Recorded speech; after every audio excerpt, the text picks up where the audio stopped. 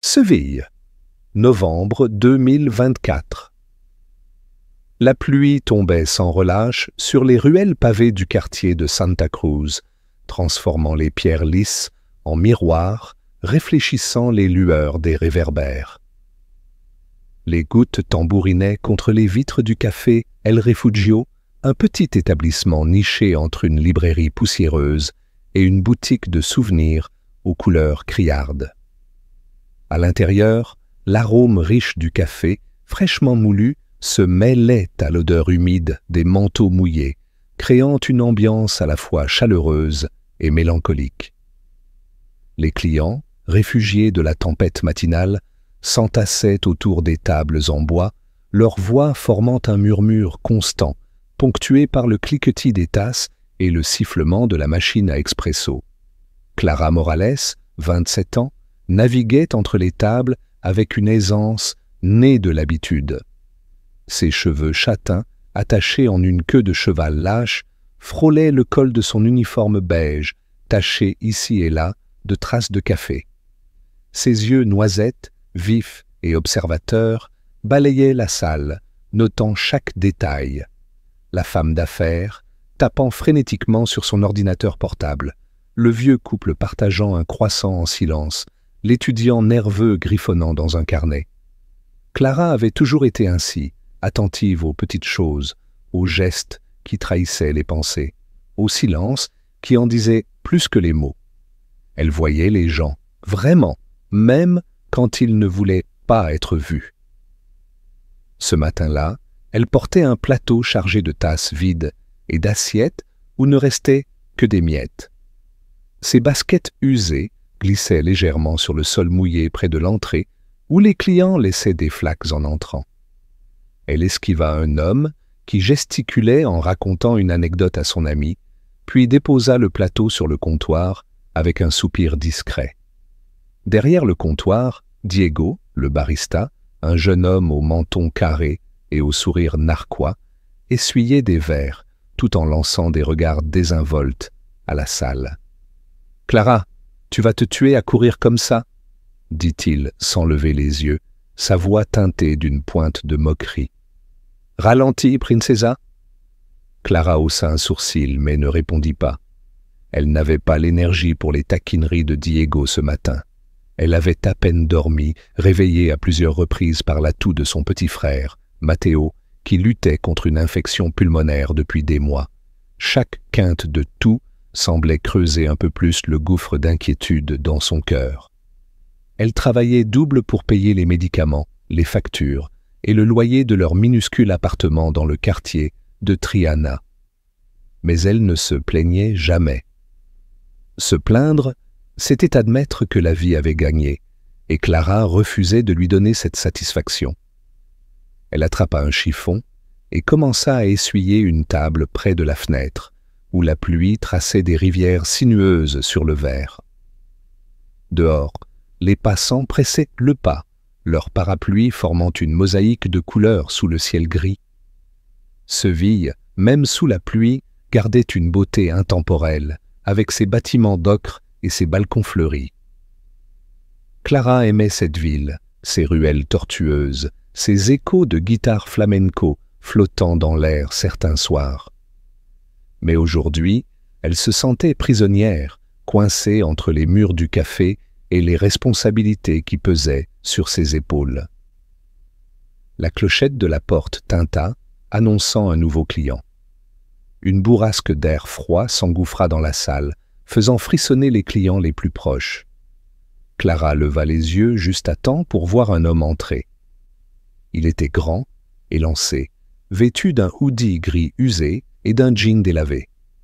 Une casquette de baseball enfoncée sur la tête masquait partiellement son visage, et des lunettes de soleil, incongrues par ce temps maussade, cachaient en ses yeux. Ses baskets, trempées, laissaient des empreintes humides sur le sol en bois. Il referma la porte derrière lui, hésitant, comme s'il n'était pas sûr d'être au bon endroit. Clara l'observa discrètement, tout en continuant à essuyer la table. Il y avait quelque chose dans sa posture, une tension dans ses épaules, qui trahissait une fatigue plus profonde que celle causée par la pluie. Il s'approcha du comptoir, ses mains enfoncées dans les poches de son hoodie, et murmura quelque chose à Diego. Clara n'entendit pas les mots, mais elle vit Diego froncer les sourcils, puis croiser les bras avec un air supérieur. « Un café noir, c'est ça ?» dit Diego, assez fort pour que plusieurs clients tournent la tête. « Ça fait 3 €. L'homme hocha la tête et fouilla dans ses poches. Ses mouvements devinrent plus précipités, presque frénétiques, à mesure qu'il explorait chaque recoin de son hoodie et de son jean. Son visage, partiellement visible sous la casquette, se crispa. Il déglutit avec difficulté avant de parler, sa voix basse et teintée d'embarras. « Je suis désolé, » murmura-t-il, sa voix à peine audible. « J'ai dû oublier mon portefeuille. Est-ce que je pourrais juste m'asseoir un moment, jusqu'à ce que la pluie s'arrête ?» Diego éclata d'un rire sec, un son qui fit grimacer Clara. « Écoute, mec, » dit-il en haussant le ton, attirant l'attention de toute la salle. « Ce n'est pas une maison de charité ici. Pas d'argent, pas de café, pas de chaise. C'est simple, non ?» Les joues de l'homme s'empourprèrent, et il recula d'un pas, les yeux rivés au sol. « Je ne demandais pas un café gratuit, » murmura-t-il. « Juste un endroit pour rester au sec un moment. » Un ricanement fusa d'une table à proximité, où un groupe de clients, élégamment vêtus, observait la scène comme s'il s'agissait d'un spectacle. « Incroyable !» lança une femme en roulant des yeux, sa voix dégoulinante de mépris. Entrer dans un café sans un centime et espérer être servi. Certains n'ont vraiment aucune honte. « Les temps doivent être durs », ajouta un homme à la même table, un sourire narquois aux lèvres.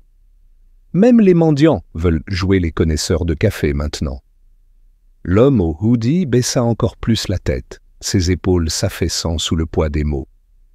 Il se tourna vers la porte, prêt à affronter la pluie plutôt que d'endurer davantage d'humiliation. Clara sentit une chaleur monter dans sa poitrine, un mélange de colère et d'indignation. Elle connaissait ce sentiment, cette brûlure d'être jugé, d'être réduit à rien par des regards et des mots. Elle l'avait ressenti des années auparavant, quand sa mère, malade, s'était effondrée dans un marché bondé et que les passants l'avaient contournée comme si elle n'était qu'un obstacle. Tous, sauf une vieille femme, une inconnue qui s'était arrêtée, avaient offert de l'eau et un sourire. Ce moment avait marqué Clara, gravant en elle une promesse silencieuse. Si elle en avait l'occasion, elle serait cette personne pour quelqu'un d'autre. Elle posa le chiffon sur la table, traversa la salle d'un pas décidé et déposa son plateau sur le comptoir avec un claquement qui fit sursauter Diego.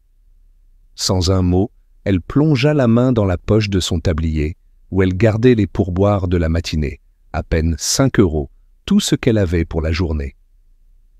Elle en sortit 3 € et les posa fermement sur le comptoir. « Ça suffit ?» dit-elle, sa voix claire et ferme, coupant court au murmure qui s'élevait dans la salle. Diego la fixa, son sourire narquois vacillant. « Clara, qu'est-ce que tu fais ?» demanda-t-il, incrédule. « Tu ne vas pas payer pour ce type. Il ne peut pas débarquer ici et attendre qu'on lui fasse l'aumône. » Clara balaya la salle du regard, croisant les yeux des clients qui l'observaient, certains avec curiosité, d'autres avec dédain. Elle redressa les épaules, son expression inébranlable. « Je paye son café, » déclara-t-elle, non pas par pitié, mais parce que je sais ce que c'est d'être jugé pour ne pas avoir assez. Un rire moqueur éclata dans un coin de la salle. « Quelle noblesse !» lança un homme, son ton dégoulinant de sarcasme. « Une serveuse qui joue les héroïnes. Peut-être qu'elle espère un gros pourboire plus tard. » Clara tourna la tête vers lui, son regard perçant. « La gentillesse n'est pas une transaction, » dit-elle, sa voix résonnant avec une conviction qui fit taire la salle. Ça ne nous diminue pas de montrer de la compassion. Mais rabaisser les autres, ça révèle une vraie petitesse. Un silence lourd s'abattit sur le café. Les rires s'éteignirent, remplacés par une tension palpable. Même Diego sembla déstabilisé, ses bras croisés se relâchant légèrement. Clara se tourna vers l'homme au hoodie, qui la regardait avec des yeux écarquillés, presque incrédules. Elle lui offrit un sourire doux, le genre de sourire qui disait « Vous êtes vu, vous comptez ». « Asseyez-vous, je vous en prie », dit-elle en désignant une table près de la fenêtre. « Je vous apporte votre café dans un instant. Et ne laissez pas les mots des autres définir ce que vous valez. » L'homme hésita, puis hocha la tête, ses lèvres tremblant légèrement comme s'il retenait une émotion trop lourde pour être exprimée. Il se dirigea vers la table, s'assit face à la fenêtre et fixa la pluie qui ruisselait sur la vitre. Clara retourna derrière le comptoir, ignorant le regard furieux de Diego, et prépara le café avec des gestes précis. Elle sentit les yeux des clients sur elle, mais elle n'y prêta pas attention. Elle avait fait ce qui était juste, et cela suffisait. Pourtant, l'atmosphère du café avait changé. Les conversations reprirent, mais elles étaient plus feutrées, comme si les mots de Clara avaient semé une graine d'introspection. La femme d'affaires baissa les yeux sur son ordinateur. Le vieux couple échangea un regard, leurs mains se frôlant sur la table. Même le groupe de clients moqueurs resta silencieux, leur sourire crispé s'effaçant peu à peu. Clara apporta le café à l'homme, posant la tasse devant lui avec un léger sourire. « Voilà, » dit-elle doucement. « Prenez votre temps. » Il leva les yeux vers elle, et pour la première fois, elle vit son visage plus clairement. Sous la casquette, ses traits étaient fins, presque délicats, mais ses yeux, même cachés par les lunettes, semblaient porter une histoire plus complexe qu'elle ne pouvait l'imaginer. « Merci », murmura-t-il, sa voix rauque. « Vous n'étiez pas obligé. »« Je sais, » répondit-elle simplement. « Mais je voulais le faire. » Il hocha la tête, ses doigts serrant la tasse comme pour se réchauffer. Clara retourna à ses tâches, mais quelque chose en elle s'était allumé, une petite flamme de fierté, de certitude. Elle avait tenu sa promesse, celle qu'elle s'était faite des années plus tôt, et cela valait plus que les 3 € qu'elle avait donnés. L'homme au hoodie resta une trentaine de minutes, sirotant son café en silence, les yeux perdus dans la pluie. Clara l'observa de temps à autre, notant la façon dont il semblait absorbé par ses pensées, comme s'il portait un fardeau invisible. Lorsqu'il se leva enfin, il laissa la tasse vide sur la table et glissa quelque chose sous la soucoupe, un bout de papier plié. Puis, sans un mot, il remit sa casquette, enfonça les mains dans ses poches et sortit, disparaissant dans la grisaille. Clara s'approche de la table pour nettoyer. Elle trouva le papier et l'ouvrit avec curiosité. À l'intérieur, écrit d'une main soignée, il y avait un simple message. « Merci pour votre lumière dans la pluie. » Vous ne savez pas ce que ça signifie. Pas de nom, pas de signature. Elle sourit, glissa le mot dans sa poche et continua son travail, ignorant les regards en coin de Diego et des autres. Mais le reste de la journée ne fut pas aussi paisible. Lorsque son service toucha à sa fin, le manager du café, Javier, un homme trapu aux manières brusques, l'appela dans son bureau exigu, où l'odeur de café brûlé se mêlait à celle du désinfectant. Il se tenait derrière son bureau, les bras croisés, son front plissé par l'agacement. « Ferme la porte, Clara, » dit-il d'un ton sec. Elle obéit, s'asseyant sur la chaise en plastique qui grinça sous son poids. Javier la fixa un moment avant de parler. « Ce café n'est pas une œuvre de charité, » commença-t-il.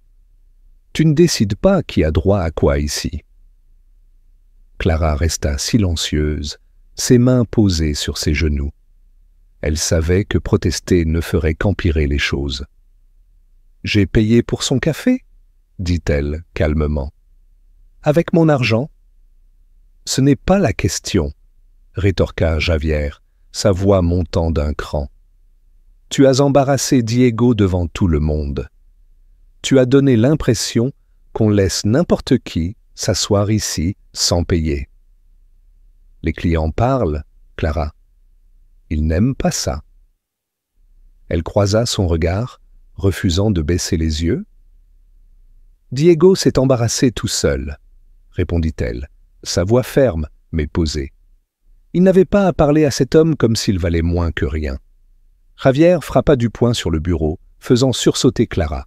« Ne me teste pas, » aboya-t-il. « Tu es ici pour servir, pas pour donner des leçons de morale. » Un silence tendu s'installa. Clara sentit son cœur battre plus fort, mais elle ne flancha pas. « Je peux y aller ?» demanda-t-elle finalement. Javier la fusilla du regard, puis agita la main. « Sors d'ici et souviens-toi de ta place. » Elle quitta le bureau sans un mot, ignorant les regards curieux des autres employés dans la cuisine. En passant près du lavabo, elle entendit Marisol, une autre serveuse, murmurer à Diego. « Ça doit être agréable de jouer les saintes quand on partage encore un appart avec son petit frère malade. » Diego ricana. Elle pensait peut-être que le type était un millionnaire déguisé. Clara ne répondit pas. Elle attrapa son manteau, signa sa feuille de présence et sortit dans la pluie fine. L'air sentait le pavé mouillé et la fumée des cheminées. Elle marcha lentement, laissant l'eau glisser sur son visage. Elle n'était pas en colère, pas vraiment. Elle était fatiguée, mais pas vaincue. Chaque pas la rapprochait de l'appartement qu'elle partageait avec Matteo, un petit 2 pièces, aux murs écaillés et aux fenêtres mal isolées. Là-bas, elle pourrait oublier les regards, les murmures, les jugements. Lorsqu'elle poussa la porte, Matteo était allongé sur le canapé, emmitouflé dans une couverture usée. À 13 ans, il était frêle, ses joues creuses, marquées par la maladie. Il ouvrit les yeux en l'entendant entrer, un faible sourire éclairant son visage. « T'es en retard », murmura-t-il, sa voix rauque. Clara sourit, posant son sac près de la porte. « Je me suis fait attraper par la pluie, » répondit-elle en s'approchant. Elle passa une main sur son front, vérifiant s'il avait de la fièvre. « Tu as mangé ?» Il hocha la tête, désignant un bol vide sur la table basse. « Du porridge ?» Encore. Elle rit doucement, se dirigeant vers la cuisine minuscule. Elle réchauffa les restes de la veille, ajouta une pincée de sel et lui tendit une assiette. Puis elle s'assit à côté de lui, laissant le silence les envelopper. Après que Matteo se fut rendormi, elle ouvrit son portefeuille. À l'intérieur, il ne restait qu'1 euro, un ticket de bus et une photo jaunie de leur mère, souriant dans un marché ensoleillé. Elle fixa l'euro, le plia lentement et le rangea. Aucun regret. Pas pour le café, pas pour quoi que ce soit. Plus tard, assise près de la fenêtre, elle regarda la pluie strier la vitre. Son reflet la fixait en retour, fatiguée, pâle, mais avec une force tranquille qui brillait encore. Ses pensées dérivèrent vers des années plus tôt, lorsqu'elle avait 15 ans. Leur mère s'était effondrée dans un marché bondé, son corps frêle, succombant à une crise cardiaque. Les gens avaient continué à marcher, détournant les yeux, comme si aider était une corvée. Tous, sauf une vieille femme aux vêtements rapiécés, qui s'était agenouillée près d'elle, offrant de l'eau et une étreinte. Clara n'avait jamais connu son nom, mais elle n'avait jamais oublié son geste. Ce moment était devenu une promesse, un serment qu'elle porterait toujours. Quand elle avait vu cet homme au café, trempé, humilié, invisible, Il n'y avait pas eu de décision à prendre. Elle avait agi tout simplement. Les jugements des autres n'avaient pas d'importance. Ce qui comptait, c'était qu'elle avait été fidèle à elle-même. Cette nuit-là, avant d'éteindre la lumière, elle murmura dans l'obscurité, juste pour elle, « Je préférerais être moquée pour avoir fait ce qui est juste plutôt qu'applaudi pour m'être tue. » Et dans ce petit appartement, avec rien d'autre que sa dignité, Clara sentit une paix rare, fragile, mais réelle. Le lendemain, le café était plus calme. La pluie avait cessé, laissant place à un ciel gris pâle qui semblait hésiter entre soleil et nuages. Clara arriva tôt, espérant éviter les remarques de Javier ou les murmures des collègues. Elle enfila son tablier, vérifia les machines et commença à nettoyer les tables avant l'ouverture. Mais l'incident de la veille planait encore dans l'air, comme une odeur persistante. Marisol, qui préparait les pâtisseries en cuisine, lança un commentaire à mi-voix alors que Clara passait près d'elle. « Tu sais, tout le monde parle de ton petit numéro d'hier. » Certains clients ont trouvé ça gênant. Clara haussa les épaules, continuant à ranger les chaises. « Ils survivront, » répondit-elle, sans se retourner. Marisol ricana. « Tu es courageuse, je te l'accorde. » Ou folle. Clara ne répondit pas. Elle n'avait pas besoin de se justifier. Elle savait pourquoi elle avait agi, et cela suffisait. Vers 9 heures, les premiers clients commencèrent à arriver. Le café retrouva son rythme habituel. Commandes, rires, conversation. Clara se déplaçait avec efficacité, prenant les commandes, servant les cafés, échangeant des sourires polis. Mais quelque chose en elle restait alerte, comme si elle attendait un signe, une confirmation que son geste de la veille avait compté. Puis, la clochette de la porte tinta à nouveau. Clara ne leva pas les yeux immédiatement, occupée à noter une commande. Mais un changement subtil dans l'atmosphère la fit s'arrêter. Les conversations s'adoucirent, les regards convergèrent vers l'entrée. Elle tourna la tête, et son cœur manqua un battement. L'homme était de retour, pas l'homme trempé au hoodie usé, mais un homme transformé. Il portait un costume gris anthracite, taillé sur mesure, et une écharpe en soie noire. Ses cheveux, noirs et soigneusement coiffés, brillaient sous la lumière du café. Ses lunettes de soleil étaient posées sur sa tête, révélant des yeux sombres, perçants, qui semblaient voir bien plus que ce qu'il regardait. Ses chaussures vernies claquaient légèrement sur le sol en bois. Il était grand, imposant, mais il y avait dans sa démarche une humilité qui contrastait avec son apparence. Clara sentit ses mains trembler légèrement. Elle posa son carnet sur la table et s'approcha, incertaine. Il s'assit à la même table près de la fenêtre, celle où il avait bu son café la veille. Il ne commanda rien, ne parla pas. Il se contenta de croiser les mains sur la table et de la regarder approcher. « Bonjour » dit-elle, sa voix plus hésitante qu'elle ne l'aurait voulu. « Vous voulez un café ?» Il secoua la tête, un léger sourire aux lèvres. « Je ne suis pas ici pour commander, » dit-il, sa voix basse mais claire, avec un léger accent français. « J'ai juste une question. » Clara cligna des yeux, déstabilisée. « Une question ?» Il se pencha légèrement en avant, ses yeux plongés dans les siens. « Pourquoi m'avez-vous aidé hier ?» La question la prit au dépourvu. Elle ouvrit la bouche, puis la referma, cherchant ses mots. « Je ne pouvais pas juste regarder, » dit-elle, enfin. « Vous ne demandiez pas un café gratuit. Vous demandiez juste un peu de respect. Et je sais ce que c'est de se sentir diminué. » Il l'écouta sans l'interrompre, son expression indéchiffrable. Puis il hocha la tête, comme s'il pesait chaque mot. « Vous ne saviez rien de moi, dit-il. Vous n'aviez rien à gagner. » Clara haussa les épaules, un sourire timide aux lèvres. « Peut-être. Mais je ne l'ai pas fait pour gagner quelque chose. » Un silence s'installa, mais il n'était pas inconfortable. C'était un silence qui semblait porter une compréhension mutuelle, une reconnaissance.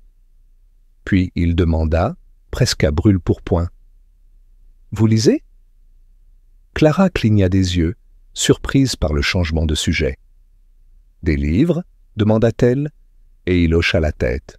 « Oui, avant, j'aimais ça. Ces derniers temps, je n'ai pas trop le temps. J'aime les histoires où des gens ordinaires font des choses courageuses. » Il sourit, un vrai sourire cette fois, qui illumina ses yeux. « Bon choix. » Ils commencèrent à parler, d'abord timidement, puis avec plus d'aisance. Ils parlèrent de livres. Clara mentionna Cien agneaux de soldats qu'elle avait lu adolescente, et il parla d'un roman français qu'elle ne connaissait pas, L'étranger. Ils parlèrent de Seville, de la musique flamenco qui résonnait dans les rues, de la façon dont la ville semblait toujours vibrer d'une énergie ancienne. Clara se surprit à rire, vraiment rire, pour la première fois depuis des jours. « Vous n'êtes pas ce que j'attendais, » dit-elle à un moment, presque sans réfléchir. Il haussa un sourcil, amusé. « Et qu'est-ce que vous attendiez ?» Elle haussa les épaules, un sourire en coin. Quelqu'un qui dirait merci et disparaîtrait. Il baissa les yeux un instant, puis les releva, son regard plus sérieux. « J'ai beaucoup de choses, » dit-il doucement, « mais très peu de gens m'ont fait me sentir humain. Hier, vous l'avez fait. » Clara ne répondit pas. Elle n'en avait pas besoin. À cet instant, il n'était ni une serveuse, ni un inconnu, ni une héroïne, ni un homme en quête de quelque chose. Ils étaient juste deux personnes, deux âmes, qui s'étaient trouvées dans un café sous la pluie. Et cela, Clara le savait, était un moment qu'aucun d'eux n'oublierait. Ce soir-là, en rentrant chez elle, Clara trouva Matteo réveillé, lisant un vieux livre de contes qu'elle lui avait offert des années plus tôt. Il leva les yeux lorsqu'elle entra, un sourire malicieux aux lèvres. « T'as l'air différente, » dit-il. Elle rit, posant son sac près de la porte. « Différente comment ?» Il haussa les épaules. « Comme si t'avais trouvé quelque chose. » Clara ne répondit pas, mais elle sentit une chaleur se répandre dans sa poitrine. Elle s'assit près de lui, passa un bras autour de ses épaules, et ils restèrent ainsi, à écouter la pluie qui recommençait à tomber dehors. Dans sa poche, elle sentit le poids du mot qu'il avait laissé. « Merci pour votre lumière dans la pluie. » Elle ne savait pas qui il était, ni pourquoi il était revenu. Mais elle savait une chose. Ce jour-là, elle avait été fidèle à elle-même, et cela valait tout l'or du monde. Les jours qui suivirent l'incident, au café El Refugio, s'écoulèrent dans une routine familière, mais quelque chose avait changé. Clara Morales le sentait dans l'air, dans les regards furtifs des clients, dans les silences tendus des collègues. Ce n'était pas seulement l'écho de son geste, payer le café d'un inconnu sous les yeux moqueurs de la salle, mais une sensation plus profonde, comme si une porte invisible s'était entr'ouverte dans sa vie, laissant passer un courant d'air frais et incertain. Elle ne savait pas où cela l'amènerait, mais elle ne pouvait ignorer la lueur d'espoir qui s'était allumée en elle. Seville, en ce début de novembre 2025, semblait hésiter entre l'automne et l'hiver. Les matinées étaient fraîches, les rues encore humides des pluies récentes, mais le soleil perçait parfois les nuages, baignant les façades ocres du quartier de Santa Cruz d'une lumière dorée. Clara traversait ces rues chaque jour, son sac en toile usé sur l'épaule, ses pensées oscillant entre les factures à payer, la santé fragile de son frère Matteo et le mot mystérieux laissé par l'homme au hoodie. « Merci pour votre lumière dans la pluie ». Elle le gardait dans la poche de son tablier, un talisman secret qui lui rappelait que son geste, aussi petit soit-il, avait compté pour quelqu'un. Au café, l'ambiance restait lourde. Diego, le barista, ne lui adressait plus la parole, ses remarques cinglantes remplacées par un silence glacial. Marisol, l'autre serveuse, lançait des commentaires à mi-voix, assez forts pour être entendus mais assez vagues pour éviter une confrontation directe. Même Javier, le manager, semblait surveiller Clara de plus près, comme si elle était une employée à problème. Elle ignorait leur jugement, concentrée sur son travail, servir les clients, nettoyer les tables, sourire même quand son cœur était lourd. Mais chaque tintement de la clochette à l'entrée la faisait lever les yeux. Une part d'elle, espérant, sans oser l'admettre, revoir l'homme qu'elle avait aidé. C'était un mardi matin, une semaine après l'incident, que la clochette tinta avec une note qui sembla résonner plus fort que d'habitude. Clara était en train de noter une commande, 2 espressos et un croissant pour un couple de touristes quand elle sentit un changement dans l'atmosphère. Les conversations s'adoucirent, les têtes se tournèrent vers la porte. Elle posa son carnet, son pouls s'accélérant sans qu'elle sache pourquoi, et leva les yeux. Il était là. Pas l'homme trempé au hoodie usé, mais une version transformée, presque méconnaissable. Il portait un costume gris anthracite, coupé avec une précision qui trahissait une richesse discrète. Une écharpe en soie noire reposait élégamment autour de son cou, et ses chaussures vernies brillaient sous la lumière tamisée du café. Ses cheveux noirs, soigneusement coiffés, encadraient un visage aux traits fins, et ses lunettes de soleil, posées sur sa tête, révélaient des yeux sombres, perçants, qui semblaient voir au-delà des apparences.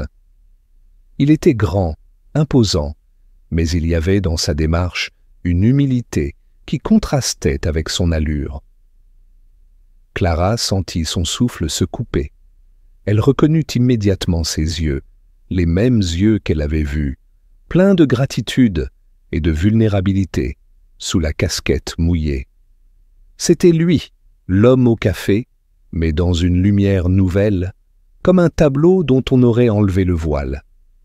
Il traversa la salle, sans hésiter, ignorant les regards curieux des clients, et s'assit à la même table, près de la fenêtre, celle où il avait bu son café la semaine précédente. Il croisa les mains sur la table, son regard fixé sur Clara, un léger sourire aux lèvres. Elle hésita, son carnet toujours dans les mains. Une partie d'elle voulait faire comme si de rien n'était, continuer son service comme si cet homme n'était qu'un client ordinaire. Mais une autre partie, plus forte, la poussait à s'approcher, à comprendre pourquoi il était revenu, pourquoi il la regardait ainsi.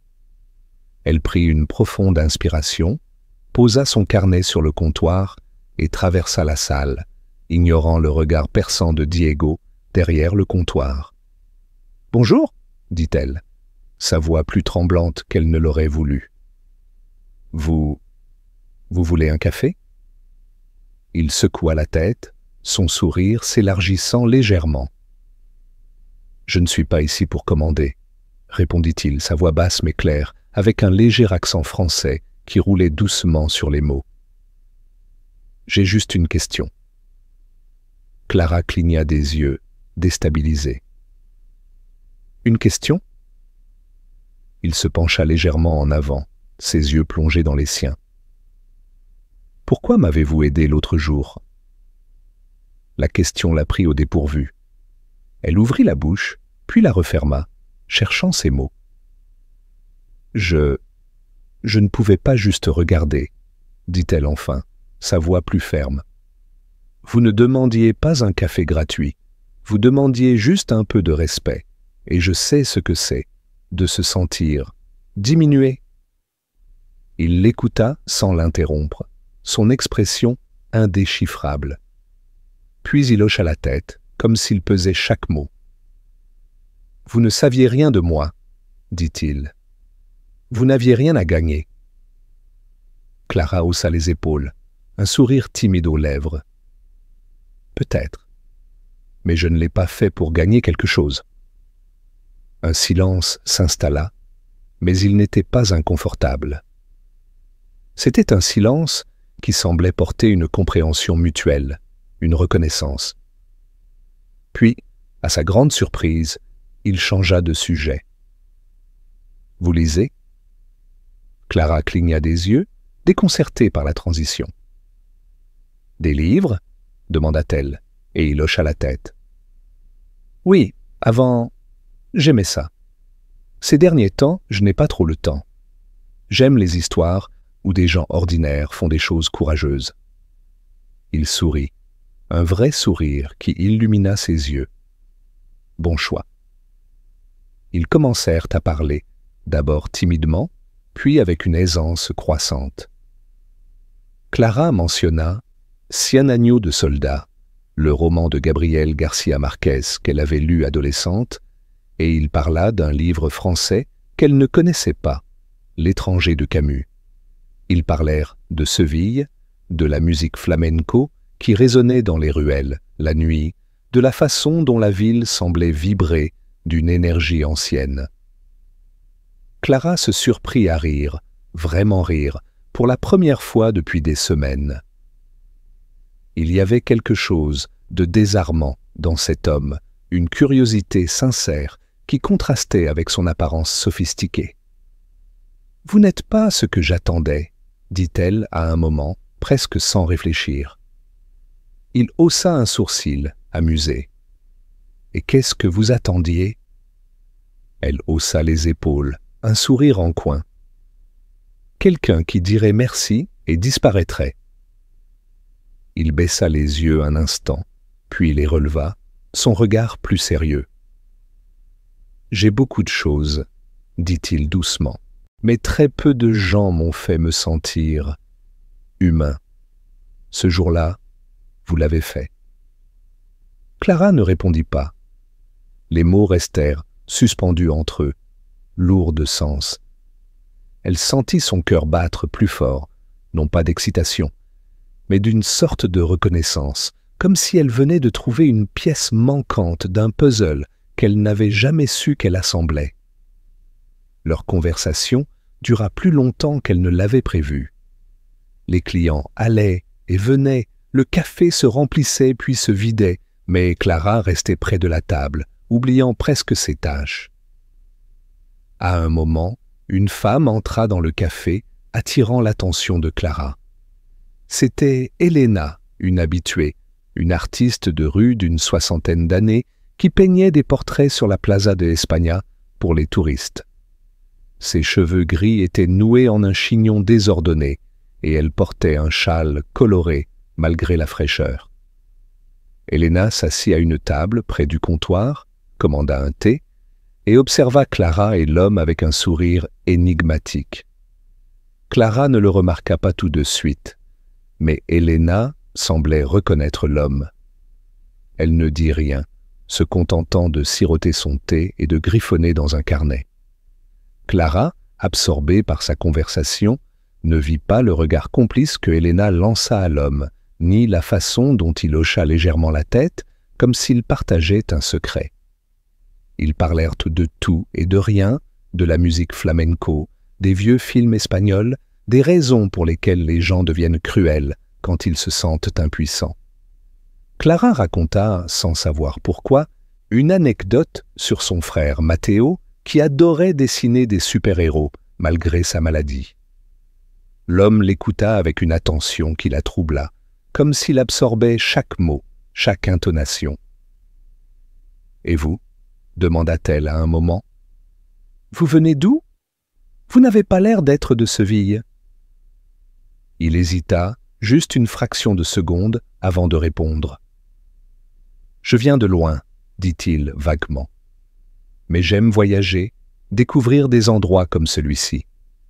Des endroits où les gens sont encore vrais. » Clara fronça les sourcils, sentant qu'il esquivait la question, mais elle n'insista pas.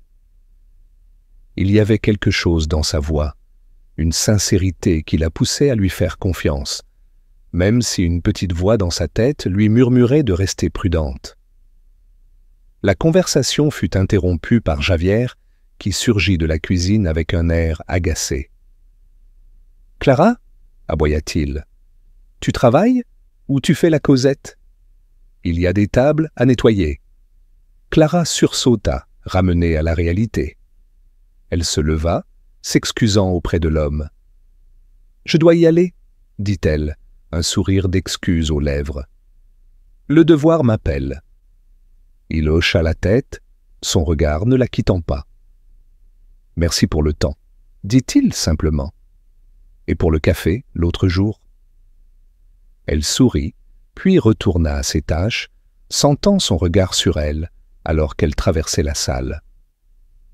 Lorsqu'elle jeta un coup d'œil en arrière, il était toujours là, observant la salle, avec une expression pensive. Puis, sans un mot, il se leva, remit ses lunettes de soleil et quitta le café, la clochette tintant derrière lui. Clara sentit une étrange sensation dans sa poitrine, un mélange de curiosité et de déception. Elle ne savait pas ce qu'elle avait attendu, un au revoir plus long, une explication, quelque chose. Mais il était parti, et elle se retrouva à nouveau dans la routine du café, servant des clients, nettoyant des tables, ignorant les remarques acerbes de Diego. Ce soir-là, en rentrant chez elle, Clara trouva Matteo réveillé, assis sur le canapé, avec un carnet de dessins. Il leva les yeux lorsqu'elle entra, un sourire malicieux aux lèvres. « T'as l'air distraite, » dit-il, son crayon suspendu au-dessus de la page. Clara rit, posant son sac près de la porte. « Distraite? Moi? Jamais ?» Il haussa un sourcil, l'imitant avec une précision comique. « Allez, raconte, c'est à cause du type du café ?» Clara s'arrêta, surprise. « Comment tu sais pour lui ?» Matteo haussa les épaules. « Tu parles dans ton sommeil parfois. Et t'as cette tête, là, comme quand tu lis un bon livre et que t'es pas sûr de vouloir tourner la page. » Elle s'assit à côté de lui, passant un bras autour de ses épaules. « T'es trop malin pour ton âge, tu sais ça ?» Il sourit, mais son regard était sérieux. « Il est revenu, hein? Le type que t'as aidé ?» Clara hocha la tête, hésitante. Elle lui raconta tout, la conversation, les mots échangés, la façon dont il l'avait regardée, comme si elle était plus qu'une serveuse dans un café. Matteo l'écouta en silence, ses doigts jouant avec le crayon. « Tu crois qu'il est qui ?» demanda-t-il enfin. Clara haussa les épaules. « Je ne sais pas. Juste quelqu'un qui avait besoin d'un café, je suppose. » Matteo la fixa, un sourire en coin. « Ou peut-être qu'il est plus que ça. » Elle rit, ébouriffant ses cheveux. « Arrête de lire des contes de fées, petit. La vie, c'est pas comme ça. » Mais cette nuit-là, alors qu'elle s'allongeait dans son lit étroit, écoutant la respiration irrégulière de Matteo dans la pièce d'à côté, Clara ne put s'empêcher de repenser à l'homme. Qui était-il? Pourquoi était-il revenu? Et pourquoi, malgré tout, sentait-elle qu'il reviendrait encore?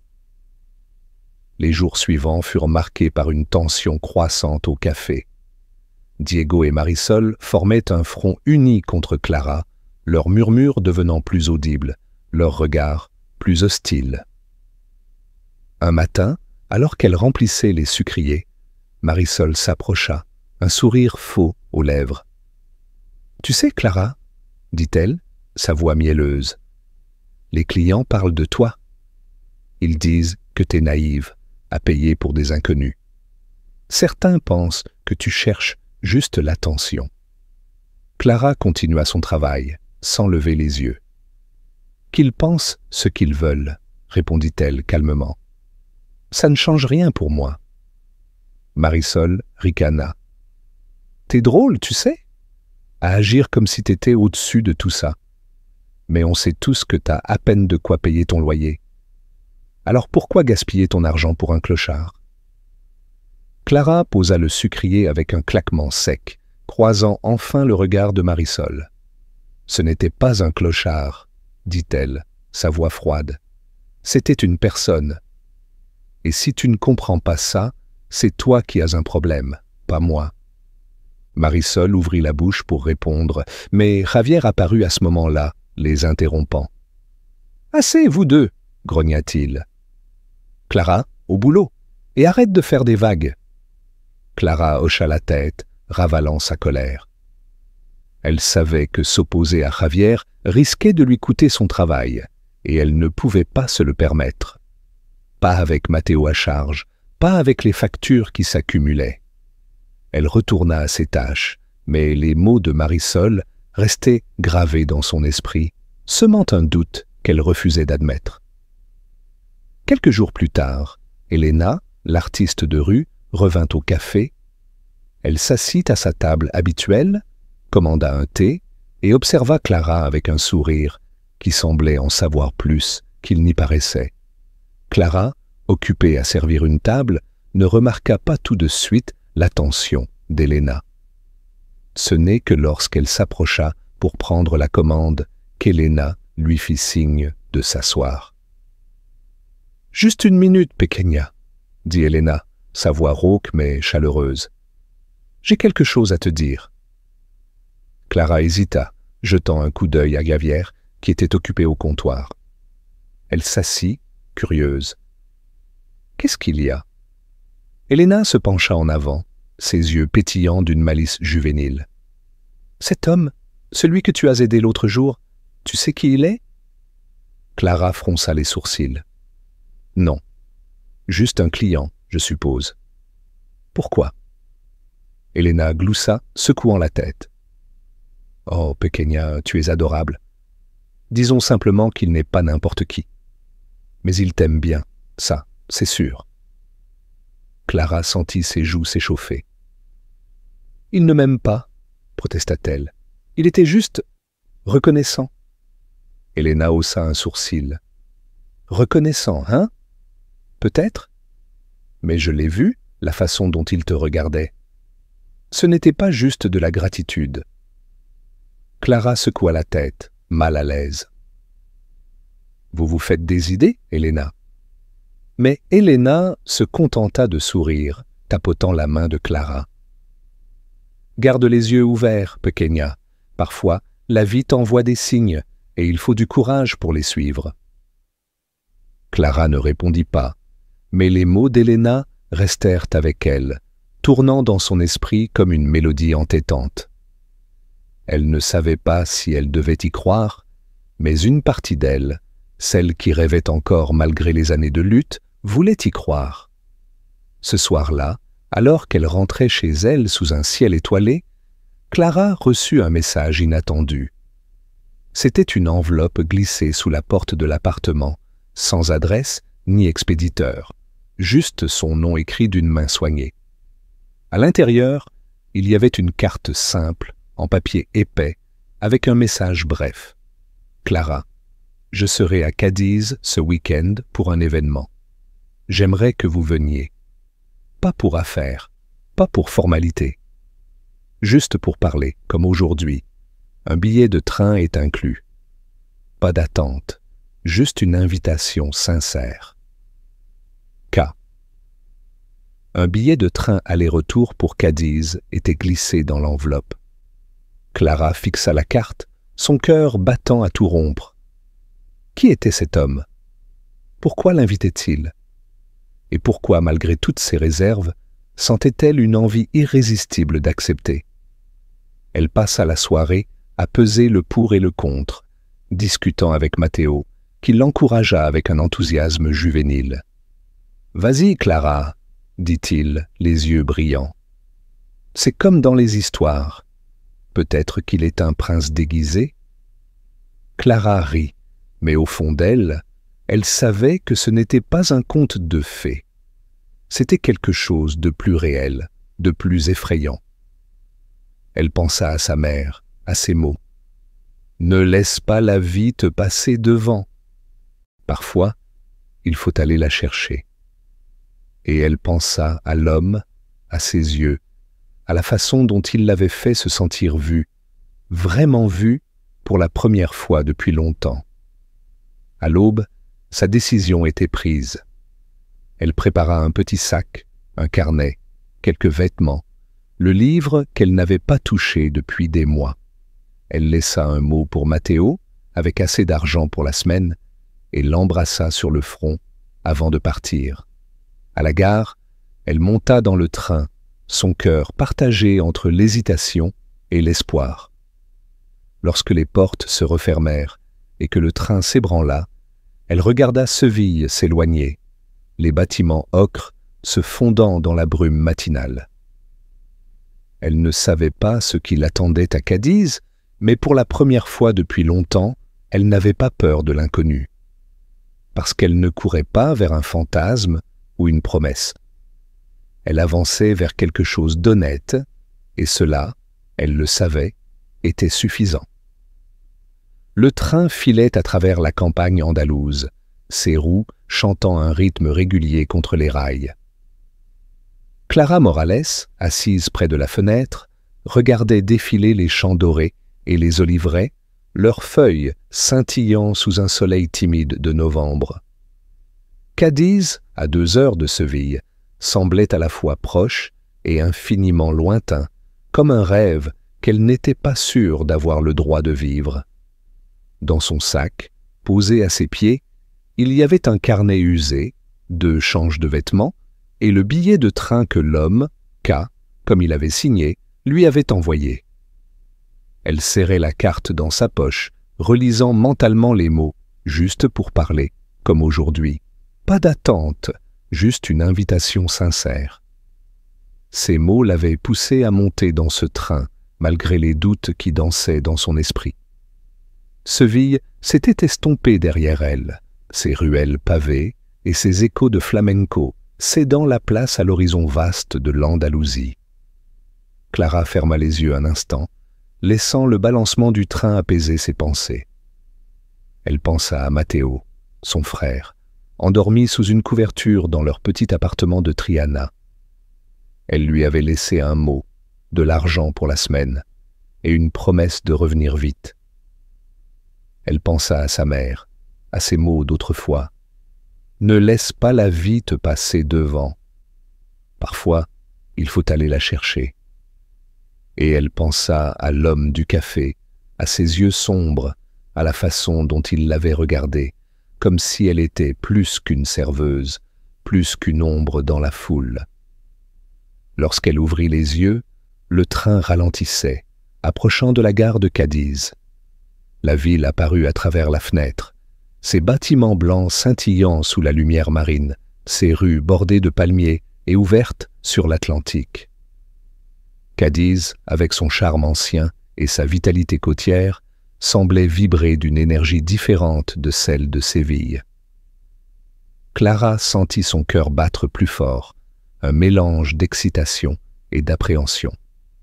Elle ne savait pas ce qui l'attendait, mais elle savait qu'elle était là pour une raison, même si cette raison restait floue. À la gare, elle descendit du train, son sac sur l'épaule, et balaya la foule du regard.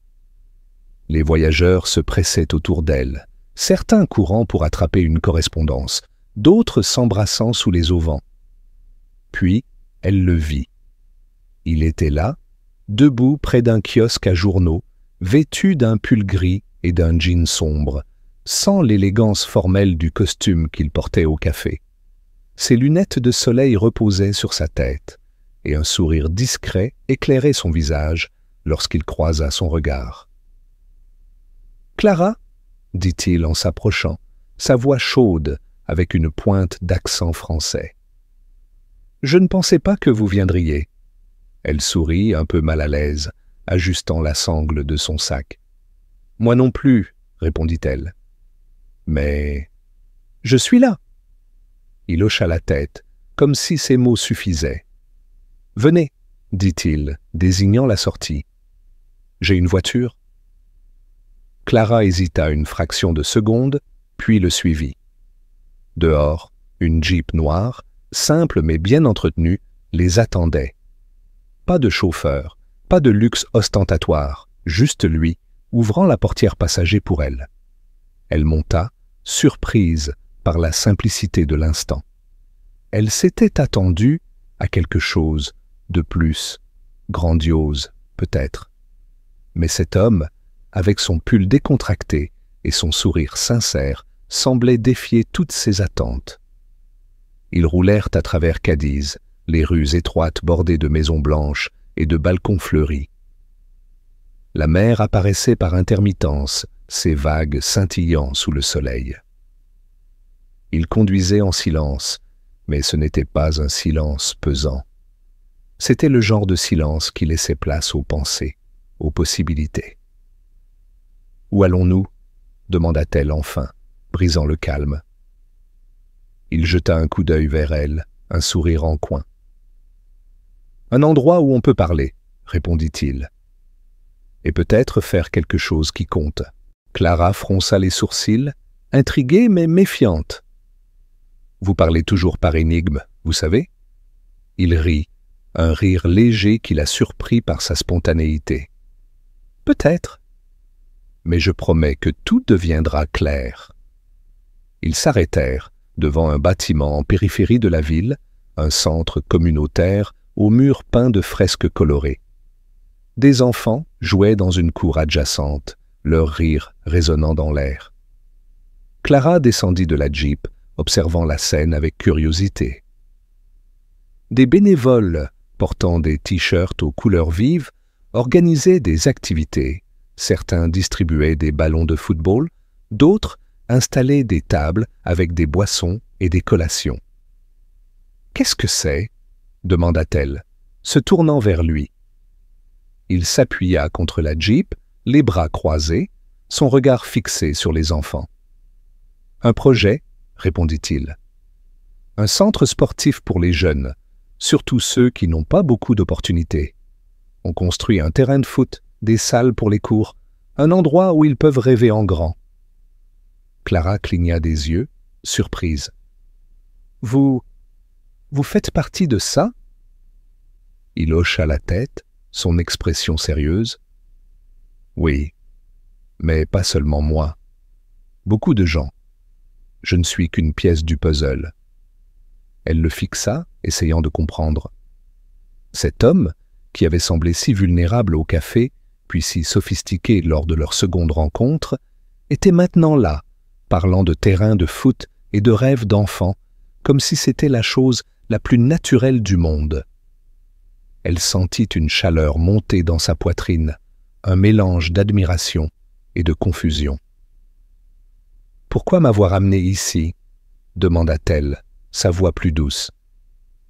Il la regarda, ses yeux sombres pleins d'une intensité qu'elle ne pouvait ignorer. « Parce que je pense que vous comprenez, » répondit-il. « Vous comprenez ce que ça signifie de donner sans attendre en retour, et je voulais que vous voyiez ça. » Clara ne répondit pas tout de suite. Elle observa les enfants, leurs visages éclairés par des sourires, leurs cris de joie alors qu'ils couraient après un ballon. Elle pensa à Matteo, à ses dessins de super-héros, à ses rêves qu'il gardait enfouis à cause de sa maladie. Et elle pensa à elle-même, à la serveuse qui avait payé un café pour un inconnu, sans savoir que cet acte l'amènerait ici, dans un monde qu'elle n'aurait jamais imaginé. Le reste de la journée fut un tourbillon d'activités.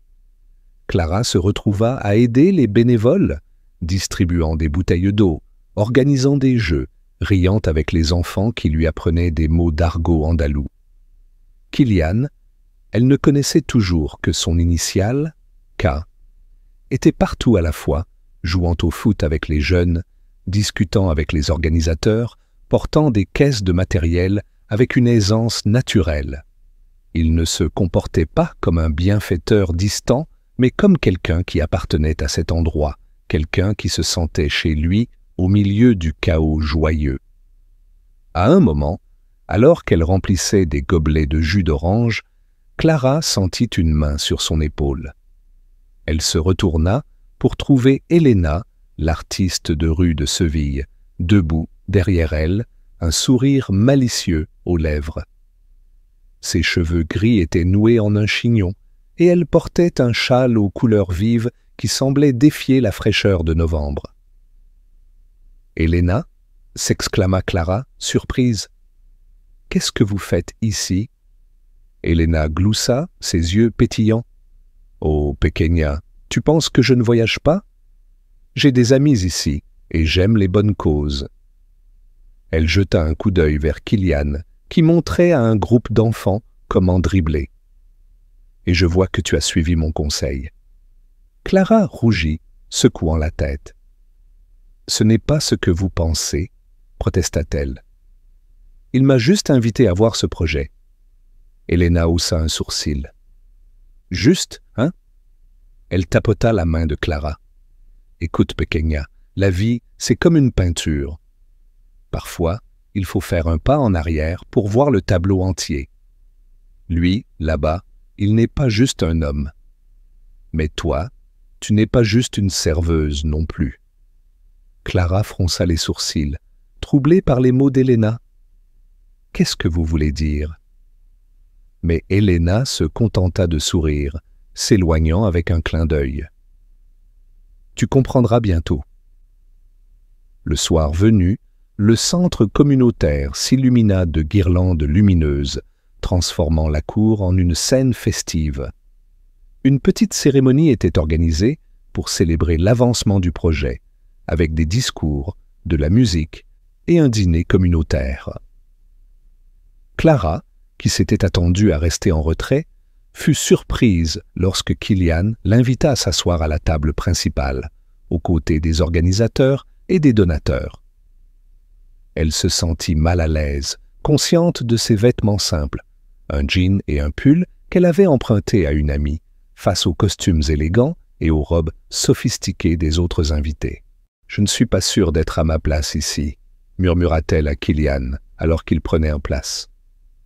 Il la regarda, son expression sérieuse. « Vous êtes exactement à votre place, » répondit-il. « Plus que beaucoup de gens ici. » Clara ne répondit pas, mais ses mots restèrent avec elle, apaisant une partie de son anxiété. Pendant le dîner, elle observa Kylian avec une attention nouvelle. Il parlait avec aisance aux donateurs, riant avec les bénévoles, écoutant attentivement les histoires des enfants qui s'approchaient pour lui parler.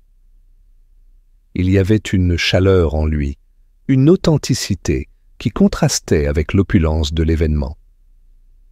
Mais il y avait aussi quelque chose d'autre, une ombre dans ses yeux, comme s'il portait un poids qu'il ne partageait avec personne.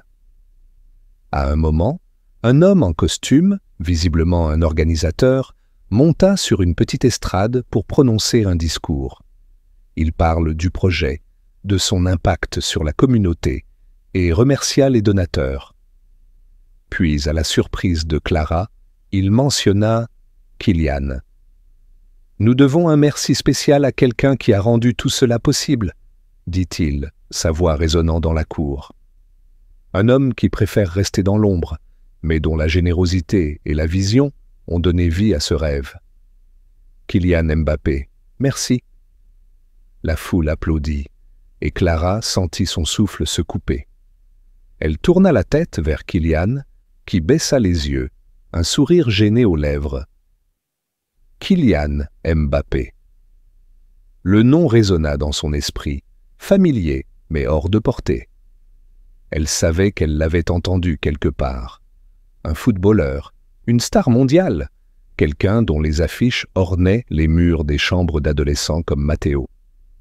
Mais ici, à cette table, il n'était que K, l'homme qu'elle avait aidé au café, l'homme qui l'avait invité à Cadiz. Elle le fixa, son cœur battant à tout rompre. « Vous êtes Kylian Mbappé » murmura-t-elle, incrédule. Il hocha la tête. son regard rencontrant le sien. « Oui, » répondit-il simplement. « Mais ce jour-là, au café, je n'étais qu'un homme qui avait oublié son portefeuille. Et vous m'avez vu comme tel. » Clara ouvrit la bouche, mais aucun mot ne vint. Elle se sentit submergée par un tourbillon d'émotions, choc, confusion et une pointe de trahison. « Pourquoi ne m'avez-vous rien dit ?» demanda-t-elle enfin, sa voix tremblante. Il soupira, ses doigts jouant avec le bord de son verre. « Parce que je voulais être vu pour qui je suis, pas pour ce que le monde pense de moi. J'ai passé ma vie sous les projecteurs, Clara. Les gens me regardent, mais ils ne me voient pas. Vous l'avez fait. » Elle secoua la tête, essayant de comprendre. « Vous m'avez testé, » dit-elle, plus une accusation qu'une question. « Non, » répondit-il fermement. « Je n'ai rien demandé, je n'ai rien prévu. J'étais là, vulnérable, et vous avez choisi de m'aider. Ce n'était pas un test, c'était un moment vrai. » Clara resta silencieuse, ses pensées en désordre. Une partie d'elle voulait se lever, partir, retourner à la sécurité de sa vie simple à Séville. Mais une autre partie, plus forte, voulait rester, comprendre, voir où ce chemin inattendu l'amènerait. Les jours suivants à Cadiz furent une révélation. Kylian l'emmena visiter d'autres projets qu'il soutenait. Un refuge pour femmes, une école de musique pour enfants défavorisés, un centre de formation pour jeunes athlètes. Partout, Clara vit la même chose. Un homme qui donnait sans attendre de reconnaissance, qui écoutait plus qu'il ne parlait, qui semblait chercher quelque chose au-delà de la gloire ou de la richesse. Il ne vivait pas comme la star que le monde connaissait. Il dormait dans des hôtels modestes, mangeait dans des restaurants locaux, conduisait sa Jeep usée plutôt qu'une voiture de luxe. Un après-midi, alors qu'il triait des équipements sportifs dans un gymnase, Clara osa poser la question qui la taraudait. « Pourquoi faites-vous tout ça ?» demanda-t-elle, posant une pile de ballons sur une table. « Vous avez tout, l'argent, la célébrité. Pourquoi vous embêter avec des choses comme ça ?» Kylian s'arrêta, essuyant la sueur de son front. Il la regarda, ses yeux sombres pleins d'une vulnérabilité qu'elle reconnut. « Parce que j'ai grandi en me sentant invisible, » répondit-il. « Pas à cause de l'argent, mais à cause de qui j'étais. Quand j'ai commencé à réussir, les gens ont vu le joueur, la star, mais pas moi. Alors je fais ça pour rappeler aux autres, et à moi-même, qu'on est tous humains, qu'on mérite tous d'être vus. » Clara hocha la tête, ces mots résonnant en elle. Elle pensa à sa propre vie, à la façon dont elle s'était sentie invisible, réduite à son rôle de serveuse, de sœur, de survivante. Et elle réalisa que, d'une certaine manière, ils se comprenaient, malgré leur monde si différent. Un soir, alors qu'il dînait dans un petit restaurant près de la plage, Kylian lui fit une révélation qui la bouleversa. Il avait pris des dispositions pour que Matteo, le frère de Clara, reçoive un traitement médical dans une clinique spécialisée à Madrid. Il avait agi en secret, contactant des médecins, payant les frais, tout cela sans lui en parler. Clara le fixa, partagée entre la gratitude et la colère. « Pourquoi ne m'avez-vous rien dit ?» demanda-t-elle, sa voix tremblante. « C'est ma famille. J'avais le droit de savoir. » Kylian baissa les yeux, visiblement mal à l'aise. « Je ne voulais pas que vous pensiez que j'achetais votre gratitude, » répondit-il. « Je l'ai fait parce que je pouvais, parce que je sais ce que c'est de s'inquiéter pour quelqu'un qu'on aime. Mais je comprends si vous êtes en colère. » Clara prit une profonde inspiration, essayant de calmer la tempête en elle. « Je ne suis pas en colère, » dit-elle enfin. « Je suis reconnaissante. Mais je ne veux pas que vous pensiez que je suis ici pour ce que vous pouvez offrir. Je suis ici parce que je veux comprendre qui vous êtes. » Il sourit, un sourire doux qui illumina ses yeux. « Et moi, Je veux comprendre qui vous êtes, Clara. Le dernier jour à Cadiz, Clara reçut une proposition inattendue. Kylian lui tendit une enveloppe contenant les documents pour créer une fondation en son nom, le fonds Clara Morales, destiné à aider les jeunes femmes dans des situations similaires à la sienne, celles qui travaillaient dur, prenaient soin de leur famille et pensaient que personne ne les voyait. « Je veux laisser quelque chose derrière moi », expliqua-t-il. « Pas en mon nom, mais en celui de quelqu'un qui a changé ma façon de voir le monde. » « Vous ?» Clara fixa les documents, son cœur battant à tout rompre. Elle était honorée, profondément, mais une autre pensée s'imposa. Elle posa l'enveloppe sur la table, ses doigts tremblants. « C'est incroyable, » dit-elle. « Plus que je ne pourrais jamais exprimer. Mais je veux faire quelque chose moi-même. » Kylian la regarda, intrigué. « Quoi ?» Elle prit une profonde inspiration, sa voix ferme. « Je veux ouvrir un café à Séville. Un endroit comme El Refugio, mais différent. Un endroit où personne ne doit gagner sa place, où le premier café est toujours gratuit, où les gens peuvent se sentir vus. Je veux le construire de mes propres mains, pas avec votre argent, mais avec ce que je suis. » Kylian resta silencieux un moment, puis un sourire illumina son visage. « Vous êtes incroyable, » dit-il, « et je sais que vous y arriverez. » De retour à Séville, Clara mit son plan en action. Avec l'aide de bénévoles, de petits donateurs et du soutien discret d'Elena, elle transforma un vieil espace abandonné en La Luz, un café qui devint rapidement un refuge pour les âmes fatiguées de la ville.